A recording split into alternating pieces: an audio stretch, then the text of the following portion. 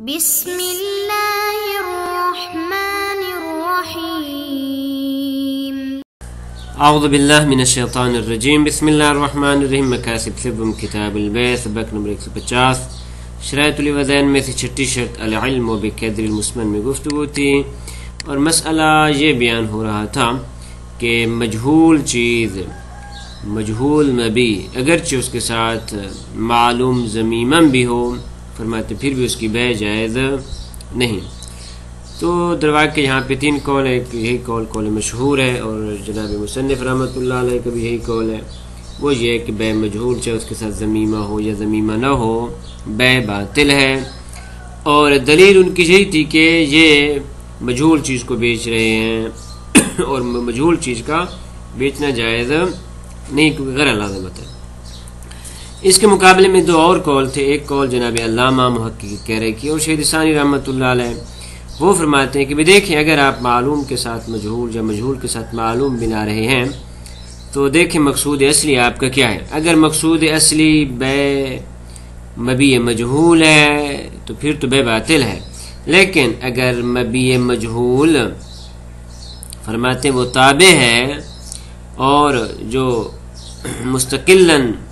مقصود بالبیع وہ معلوم ہے تو پھر صحیح ہے، اشکال نہیں ہے اس میں، لیکن جناب شیخ انصاری رحمۃ اللہ علیہ اس قول قبول نہیں کرتے۔ اس طرح تیسرا قول جناب شیخ طوسی علیہ رحمہ، جناب ابن جنید اسقافی اور جناب ابن براج قاضی ابن براج کا کہ وہ فرماتے ہیں کہ اصلا یہ بیع صحیح ہے کہ اگر آپ مجہول کے ساتھ ضمیمہ معلوم کر دیں تو جائز ہے۔ اس کے لیے انہوں نے کچھ روایات پیش کیے ہیں کہ جن روایات میں سے کچھ کو ہم نے پڑھا ہے اور کچھ کو پڑھ رہے ہیں، ان میں سے مرسل بزنتی اور جناب ابو بصیر کی روایت ہم نے پڑھی تھی، تو آج جو روایات ہیں وہ انشاءاللہ آپ کی خدمت میں عرض کرتے ہیں، اور وہ روایت ہے جی وحجتہم، یہ پچھلی عبارت ہم نے ذکر کی ہے کہ جو کہتے ہیں کہ جائز ہے اس کی بیع و شراء، تو ان کی دلیل کیا ہے؟ فرماتے اخبار مستفیضہ ہے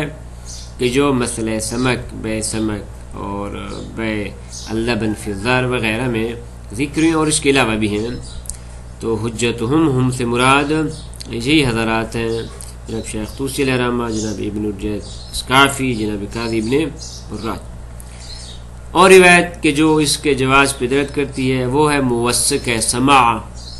سماعت ابن مہران کی موثق روایت امام جعفر صادق علیہ السلام سے کما فی الفقی، جیسے کہ یہ روایت ملاج الفقی میں ذکر ہوئی ہے۔ قال سماع کہتے ہیں کہ میں نے سألت عن اللبن، امام سے سوال کیا عن اللبن یشتری وہ فی الزر،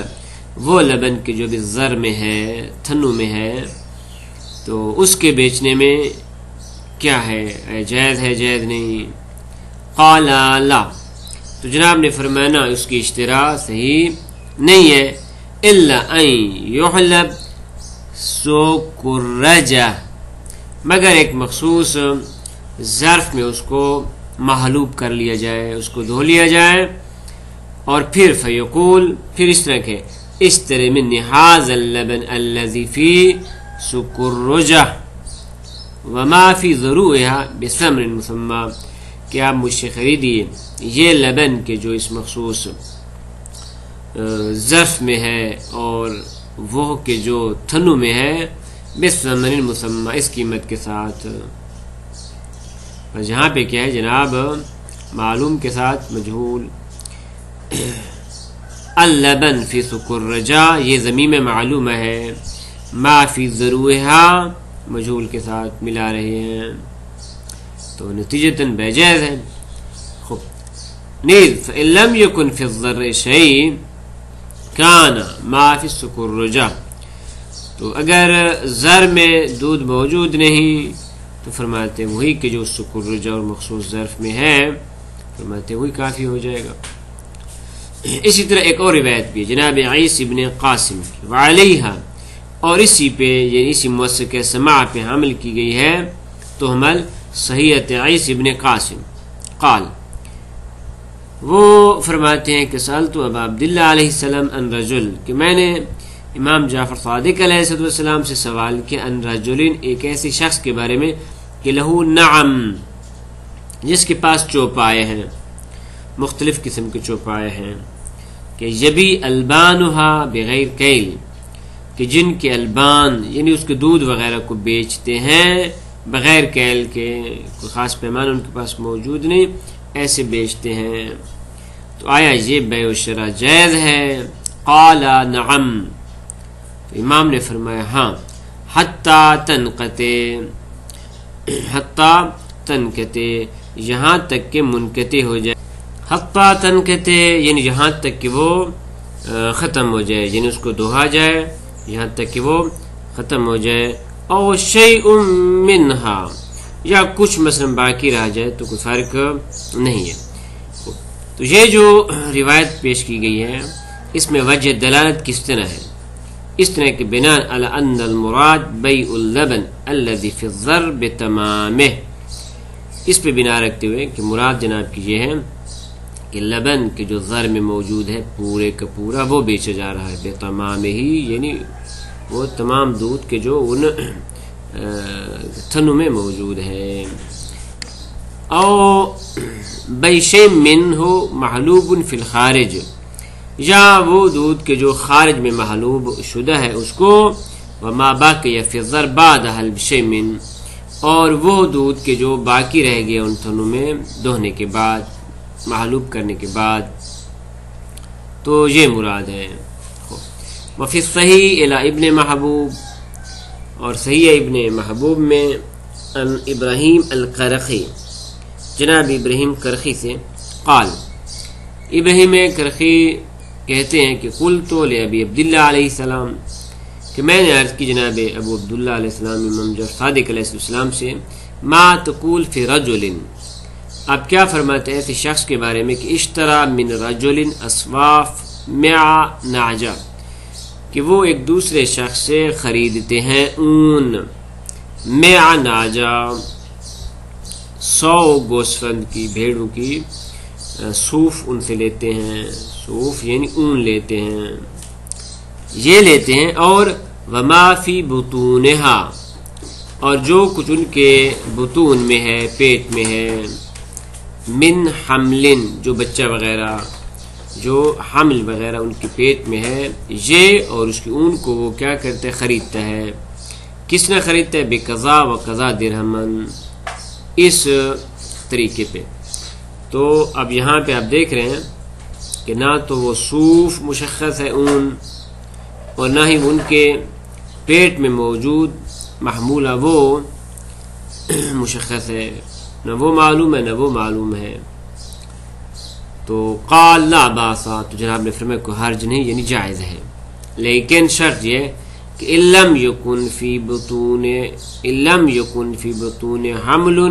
کان راس مالہ فی الصوف، شرط یہ ہے کہ جو کچھ ان کے حامل میں ہے وہ صوف جتنا سرمایہ نہ رکھتی ہو۔ علم یکن فی بطونہا حمل کان راس مالہ فی الصوف، تو یہاں پر بھی امام اجازت دے رہے ہیں۔ کس کی اجازت دے رہے ہیں؟ فرماتے ہیں اصواف مع نعجہ، اصواف مع نعجہ ان کی بیع و شراء کی اجازت دے رہے ہیں۔ 7ویں روایت، وموثقۃ اسماعیل بن فضل الہاشمی، روایت اسماعیل بن فضل ہاشمی موثق روایت ہے امام جعفر صادق علیہ السلام سے، پھر رجل، ایسے شخص کے بارے میں کہ یتقبل بخراج الرجال وجزیۃ رؤوسہم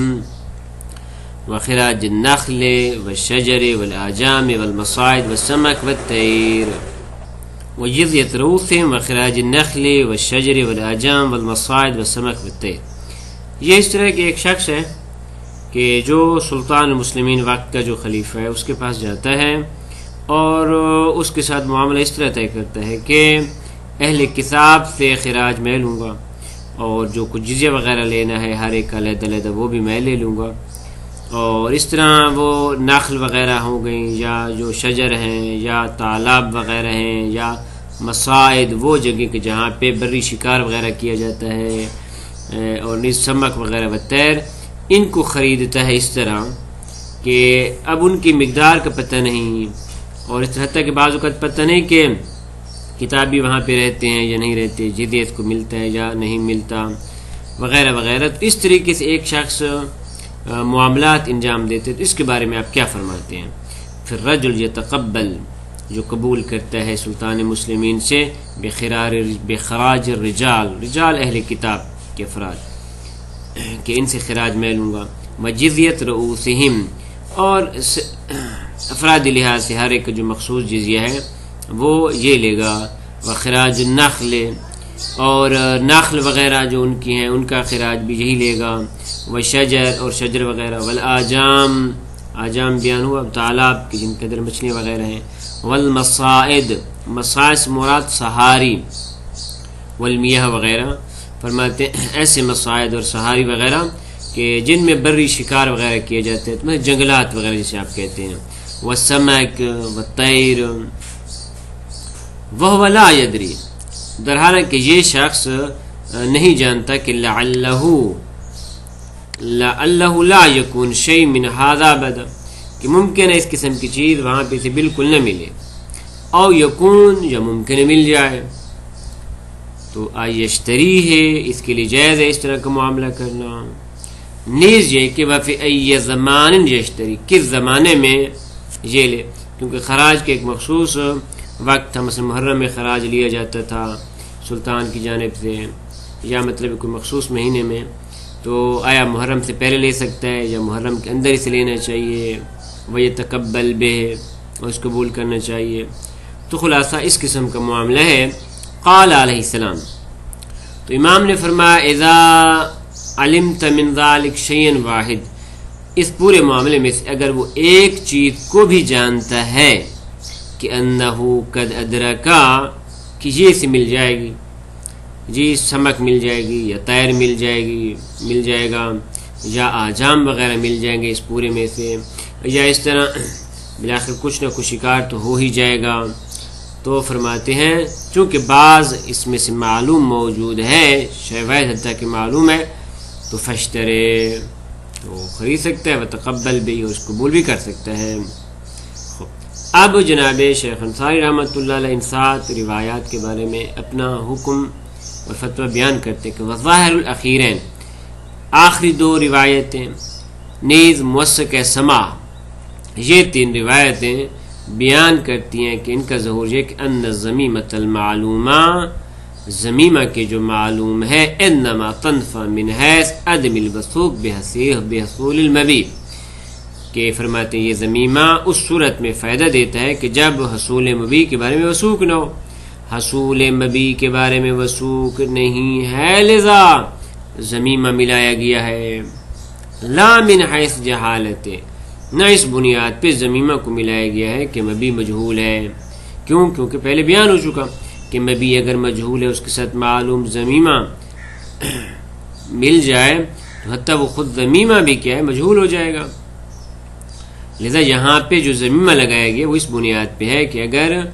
وہ مبی نہیں مل رہی تو زمیمہ تو اس کے پاس ہے.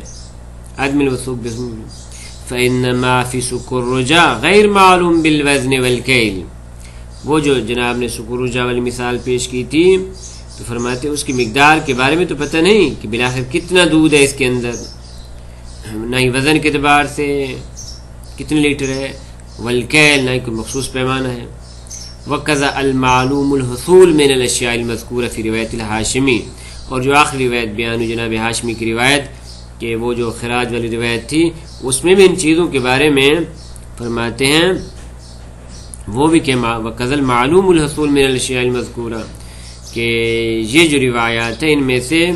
جس کا حصول معلوم ہے، یہ بھی اس بنیاد پہ کہ بلاخر کچھ نہ کوئی تو اسے مل جائے گا، نہ یہ کہ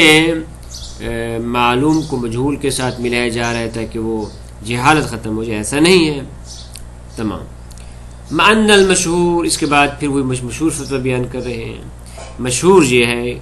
کما عن الحدائق، جیسا کہ اس شہرت کی نسبت دی جناب صاحب حدائق نے کہ مشہور ہے، وہ کہ المان ممنوع ہے ان بیع الاسواف علی ظہور الغنم، اون کے جو ابھی تک گوسفند کے اوپر ہے، فرماتے اس کی بیع جائز نہیں ہے. بل ان الخلاف علیہ الاجماع، بلکہ خلاف میں جناب شیخ طوسی علیہ الرحمہ نے فرمایا ہے کہ الاجماع علیہ، اس پہ اجماع موجود ہے کہ بیع الاصفاف علی ظہور الغنم غیر جائز نہیں ہے۔ مزید اس کے بارے میں جناب شیخ انصاری رحمۃ اللہ علیہ کی گفتگو انشاءاللہ درس نمبر سبق نمبر 151 میں پیش ہوگی۔ وصلی اللہ علی محمد و اہل بیتہ الطیبین الطاہرین۔